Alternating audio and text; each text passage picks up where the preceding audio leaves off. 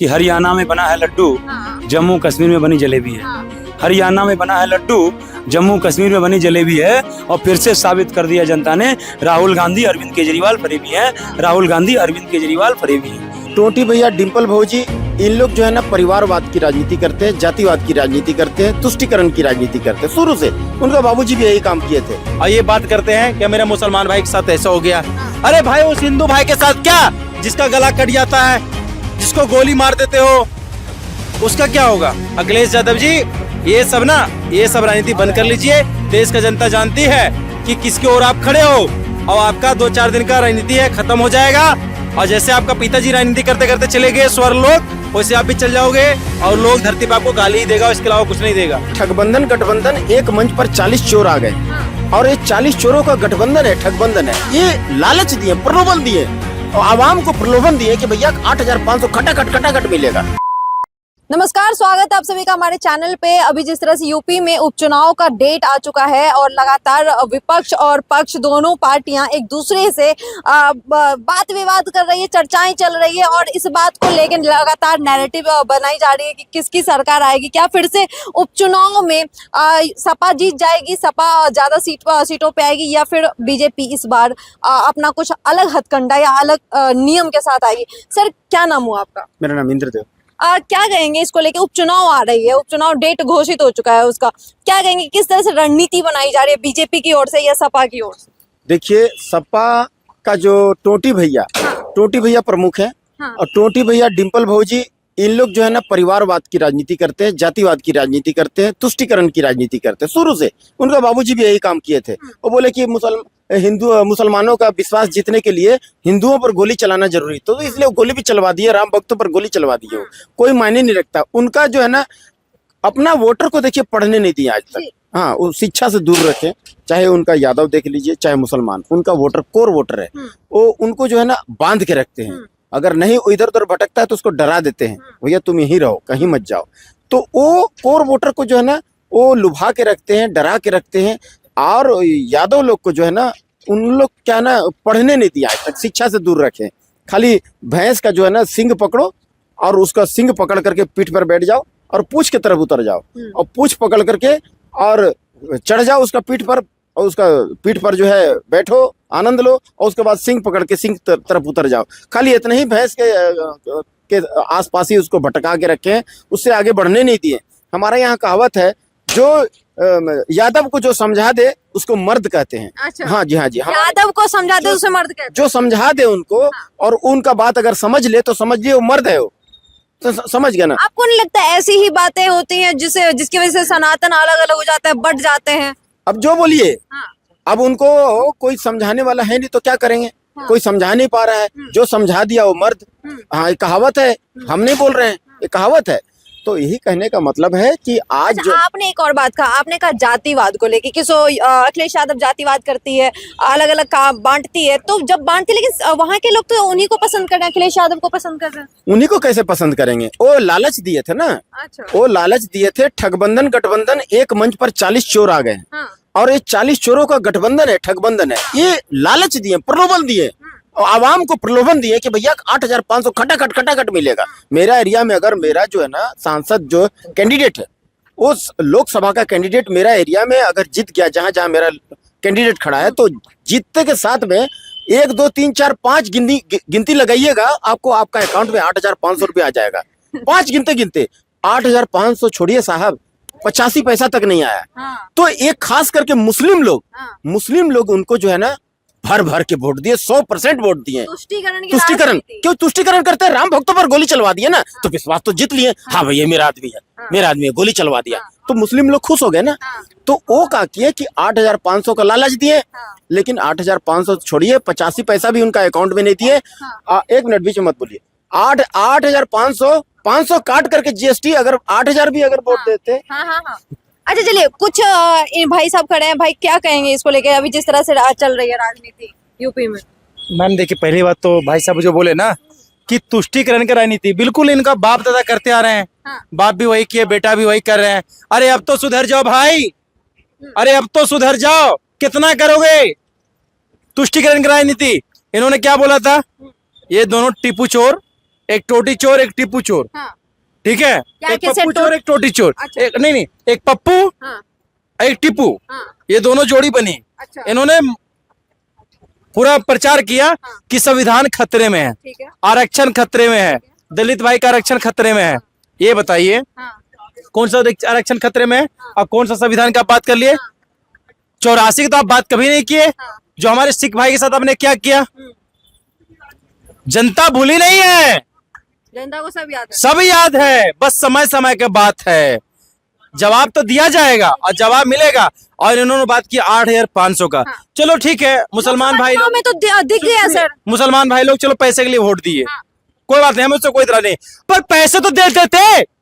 और ऊपर से आपने क्या किया? लखनऊ में जो कांग्रेस का दफ्तर था आपका, यहाँ पे अपना औरंगजेब रोड पे, औरंगजेब रोड है ना सर, औरंगजेब रोड पे इनका ऑफिस है कांग्रेस का, खड़गे साहब का। सभी जगह पे मुसलमान भाई लोग को लात मारा गया, लेडीज लोग को भागो यहाँ से। अच्छा। कब कौन सी पैसे की बात किया था? कोई पैसा का नहीं। अब ये बताइए, अब इनको समझ में आ गया था। देखिए देखिए, राजनीति पहले समझिए क्या राजनीति है। अब इनको समझ में आ गया था कि अब मेरा दाल तो गलने वाला नहीं है, ऐसे ऐसे तो हमने काम किया है, अब क्या काम करे कि मेरा मुसलमान भाई वोट बना रहे। तो ऐसा करो, कुछ प्लानिंग करो, हिंदुओं का त्योहार आ रहा है, दुर्गा पूजा मूर्ति विसर्जन करने जाएंगे, उस समय पत्थर चलवा दो। जी। ये सब सोचाचाची काम, सोचा हुआ काम अखिलेश यादव और कांग्रेस का है। ये काम सब, ये सब जितना भी कराया, ये सब विपक्ष में जितना इंडिया गठबंधन नेता है ना, ये सब इन लोग सोच के कराए हैं। और ये इंडिया अलायंस करने के बाद भी जीत जाती है वो, जीत जाती है। और रही बात विपक्ष का, ये नहीं है कि सिर्फ आप मोदी को गाली दो, हाँ। विपक्ष में और भी नेता है। एक ये नहीं है टोटी चोर, मायावती जी हैं, नवीन पटनायक जी हैं। नवीन पटनायक जी नेता वो उस ओर चल गए जिस ओर पे अटल बिहारी वाजपेयी थे, उस ओर पे गए हो। और ये बात करते हैं कि मेरा मुसलमान भाई के साथ ऐसा हो गया। अरे भाई, उस हिंदू भाई के साथ क्या, जिसका गला कट जाता है, जिसको गोली मार देते हो, उसका क्या होगा? ये बताइए, उसका क्या होगा? उसको जवाब कौन देगा? पर ये अखिलेश यादव नहीं देगा, उसके घर नहीं गया। अगर कोई वही मुसलमान भाई मर जाता, खुदा ना करे, वो ना कह रहे हो, कि राजनीति ऐसा ना हो, पर वही उवैसी उसके घर पे जाके 50 लाख का चेक दे दो। हाँ। आपने क्यों नहीं दिया अखिलेश यादव जी? आपसे जनता पूछती है, यूपी का, हिंदुस्तान का जनता पूछती है। आपने गोपाल मिश्रा जी थे, उनको आपने चेक क्यों नहीं दिया है? उनकी माँ, उनका पिताजी कोई गवर्नर नहीं थे, कोई आईएएस नहीं थे, गरीब थे, किसान थे, जो छोटा मोटा किसानी करके अपना घर चला रहे थे। बाकी उसका बेटा क्या बिगाड़ा था? आपने गोली मारा, उससे पहले उसका नाखून कबाड़ा। अखिलेश यादव जी, ये सब ना, ये सब राजनीति बंद कर लीजिए। देश का जनता जानती है कि किसके ओर आप खड़े हो, और आपका 2-4 दिन का राजनीति है, खत्म हो जाएगा। और जैसे आपका पिताजी राजनीति करते करते चले गए स्वर्गलोक, वैसे आप भी चल जाओगे और लोग धरती पे आपको गाली ही देगा, इसके अलावा कुछ नहीं देगा। यूपी में उपचुनाव को लेके जिस तरह से गर्मा गर्मी माहौल चल रहा है, क्या लग रहा है कि बीजेपी इस बार मतलब बाजी मार पाएगी? देखिए, अभी जो हुआ है ना हरियाणा में, हाँ। कि हरियाणा में बना है लड्डू, हाँ। जम्मू कश्मीर में बनी जलेबी है। हाँ। हरियाणा में बना है लड्डू, जम्मू कश्मीर में बनी जलेबी है। और फिर से साबित कर दिया जनता ने, राहुल गांधी अरविंद केजरीवाल फरेबी हैं, राहुल गांधी अरविंद केजरीवाल फरेबी हैं। तो इस बार भी राहुल 10 जो उपचुनाव होने वाले हैं, तो इसमें राहुल गांधी की जमानत जब्त होने वाली है और अखिलेश यादव की भी पार्टी की जमानत जब्त होने वाली है। आज जो देखिए, योगी जी ने क्या कहा था, बटोगे तो कटोगे, उसका मैंने 2 अर्थ बताया था। एक तो शिक्षा व्यवस्था, स्वास्थ्य व्यवस्था और भी तमाम सारी सुविधाओं से वंचित हो जाओगे, और दूसरा, जैसे पाकिस्तान में वो सारी कश्मीरी पंडित कटे, बांग्लादेश में हिंदू कटे, वैसे भी कटोगे। उसका असर दिखा। हरियाणा ने दिखा दिया कि हम बटे नहीं हैं, हम सटे हैं, हम यूनाइट हैं। और ये मैं बताऊं, जो आज हुआ है ना ये बहराइच में, ये इसका मुख्य कारण यही है। मुख्य कारण ये है कि योगी जी ने जो बयान दिया था, उसका असर हरियाणा के हिंदुओं में पड़ा, उन्होंने अपनी यूनिटी दिखा दी। अब ये बिलबिला उठे। हरियाणा का तो पहले हुआ था, अभी बहराइच का भी हुआ। लेकिन सर, सवाल ये उठता है कि लोकसभा में जो यूपी का माहौल था वो बिल्कुल उलट था, बीजेपी जैसा सोच रही थी। क्या इस बार फिर से जनता वहां पे इंडिया अलायंस को देगी वोट? भाई, लोकसभा का तो चुनाव सिर्फ यूपी में हुआ नहीं, हरियाणा में हुआ था, हर जगह हुआ था। लेकिन हरियाणा की जनता ने दिखा दिया, जो उन्होंने झूठे नैरेटिव सेट किए थे कि संविधान बदल दिया जाएगा, हिंदू राष्ट्र घोषित कर दिया जाएगा, मुसलमानों को देश छोड़ के भागना पड़ेगा, ऐसा कुछ उनके नहीं था सर। अरे सब था मैम। ये नहीं कहा गया था मुसलमानों को छोड़ के भागना पड़ेगा। ये कोई ऐसा डायरेक्ट बयान नहीं है, लेकिन इनडायरेक्ट में इंडिकेशन दे दिया गया था। अच्छा। ये कह दिया गया SC/ST का आरक्षण खत्म कर दिया जाएगा। लेकिन खैर हम उपचुनाव पे बात करें तो हम बड़े शॉर्ट में ये बात जानना चाहते हैं कि जिस तरह से जातिवाद करके या फिर जिस तरह से आरोप लगता है सपा पे या इंडिया अलायंस पे कि जातिवाद करके उन्होंने वोट जीता था, उन्होंने सीटें जीती थी यूपी में, क्या फिर से उपचुनाव में यही कुछ होने वाला है? एकदम वो जातिवादी समीकरण इनका खत्म हो गया, जो उन्होंने भरमाया था जनता को कि SC/ST आरक्षण खत्म हो जाएगा।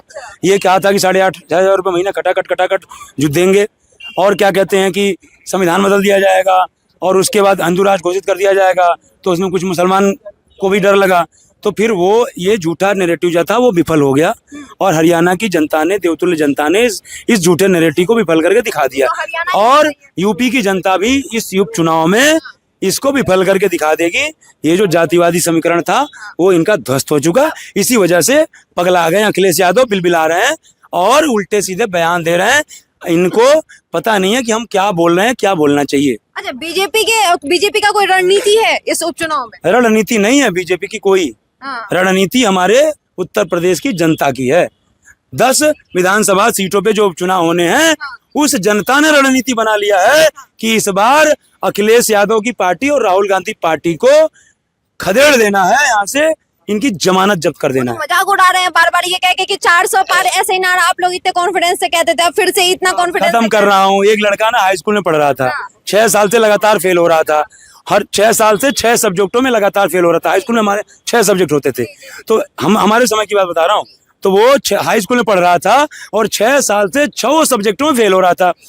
7वें साल उसका रिजल्ट आया, वो आया पप्पा पप्पा पप्पा पप्पा में पास हो गया।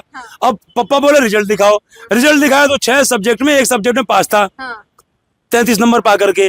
पप्पा डंडा उठाए और ए ससुरा तू कह रहा पास हो गया तो फेल है। अब दौड़ाते दौड़ाते जब वो थक गए तो लड़का भी सोचा अब तो मार ही देंगे, डंडा वो मतलब फेंक देंगे। तो डर गया, कह रहा अरे पापा क्यों मार रहे हो। और हर बार में 6 में 6 फेल हो रहा था, वो हर बार में 6 सब्जेक्ट में 6 में फेल हो रहा था। इस बार 1 में पास हो गया। ये कम नहीं है, वही हाल राहुल गांधी का है कि इस बार 99 सीट आ गई और कुछ नहीं है। थोड़ा मैं जल्दी में हूँ, हमारे सरदार जी सर क्या कहें, जिस तरह से अभी उपचुनाव को लेकर लगातार बात हो रही है, आपने भी बताया, पर सवाल फिर से यही उठ रहा है कि केशव मौर्य और योगी आदित्यनाथ की रणनीति पिछले बार उतनी अच्छे से नहीं देखी गई थी, जिस वजह से आज ग्राउंड लेवल पर वो प्रचार प्रसार नहीं कर पाए और सीटें भी उनकी कम आई थी। काट की हंडी जो है ना, आग पर बार बार नहीं चढ़ती है।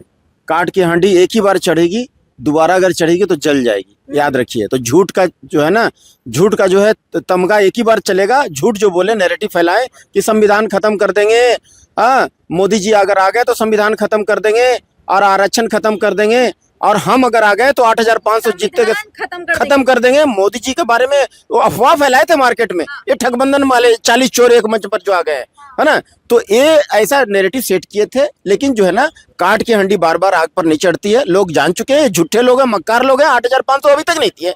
8,500 रुपया लेने उनका लोकसभा उम्मीदवार 37 सीट दे दिए जी, 37 सीट से जीते हैं। टोटी भैया 37 सीट लेकर के बम है, उनका असली रूप में आ गए, अपना रूप दिखाने लगे, बलात्कार करने लगे उनके पार्टी के लोग। तो फिर आप अयोध्या में देख लीजिए, और भी कई जगह में उनका केसेस हुआ है ऐसे। तो ये अपने असली रूप में आ गए। 37 सीट दे करके जो हम ही मजबूत किए।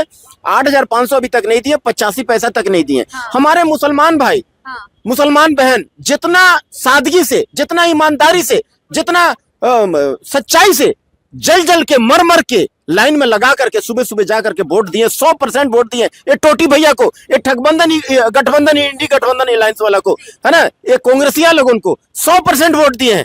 वो जानते थे कि भाई हमारा और हमारा जो ये जैसा सेटिंग किया है, हमारे पास इनका हिसाब से हमारे पास ऑप्शन नहीं है, इसलिए पूरा 100% वोट दिए। डरा भी दिए थे। तो अब जब दे दिए तो पैसा नहीं दिए अभी तक। इन लोग कुछ माताएं बहने गए, हमारा मुस्लिम माताएं बहने गए कांग्रेसी दफ्तर, उनको भगा दिए टाल बटोल कर करके, नहीं दिए। कैसे मिलेगा? उपाय है ना भाई, उपाय तो कुछ तो करना पड़ेगा ना। कैसे मिलेगा? उपाय है, बहुत तगड़ा उपाय है। क्या उपाय? उपाय है, आप आरजेडी जो तुष्टिकरण करता है, जो हमारे मुसलमान भाइयों के बदौलत बैठा हुआ है कि मुसलमान भाई हमको वोट देगा तब हम जीतेंगे, क्यों 100% देता है। इन लोग में यूनिटी बहुत तगड़ा है ना। इनको बांट नहीं पाते हैं हम। क्यों मुस्लिम बीजेपी को वोट नहीं देते? नहीं देते हैं, नहीं देते हैं ना। देख लीजिए, आप देख लीजिए, नहीं दिए तो बहुत पूरा भर के 100% वोट देते हैं। तो ये लेने का एकमात्र उपाय है, आप अपना मुस्लिम प्रेसिडेंट डालिए, अच्छा। मुस्लिम प्रेसिडेंट, ये इनको हटा करके हाँ। क्या नाम उनका जो आपका जो है क्या नाम है कांग्रेस जी का जो प्रेसिडेंट है, उनको हटा दीजिए और खड़गे साहब। खड़गे जी को हटा दीजिए और अपना मुसलमान प्रेसिडेंट डालिए। सपा में, बसपा में, आरजेडी में, कांग्रेस में, झाड़ू छाप में जो जो मुसलमान के भरोसे बैठे हुए हैं, मुसलमान भाइयों के भरोसे बैठे हुए हैं, उनको हटा करके जो उनका प्रेसिडेंट है अपना मुस्लिम प्रेसिडेंट डालिए। 8,500 तो छोड़िए, वो तो गरीबों की सरकार भी खुद को कहती है। 8 लाख 8.5 लाख रुपया बाप बोल के पहुंचा के देगा। देखिए इनका हक बनता है 8,500 रुपया में, लेकिन नहीं दिए, हाँ। है ना। तो इनका हक बनता है, तो किसी का हक नहीं मारना चाहिए। हमारा गुरबाणी कहती है हक पराया नान का उस सुअर उस गाय। हाँ। दूसरे का हक खाना, दूसरे का हक खाना, तो किसी का हक, जैसे मान लीजिए आप हमारे पास आपके पास कोई मजदूरी काम किया, कोई नौकर आपके पास काम किया, तो आप उसको जो है ना, आपको मान लीजिए 8,500 रुपया बनता है उसका, तो आपको उसको पहुंचा के देना है। ठीक है। गुरबाणी के हिसाब से, गुरु नानक देव जी के हिसाब से आपको 8,500 रुपया से लिए हाथ में, ले बाबू तेरा 8,500 रुपया, इसमें तुम क्या करोगे? इसमें खाना खाओ, दुकान में आगे बढ़ाओ, पूंजी बनाओ, या बर्बाद कर दो, या जुआ खेल जाओ, तेरा माल है, तुम्हारा पैसा हुआ, तुम्हारा तो कमाई हुआ। वादा किया हुआ पैसा देना चाहिए।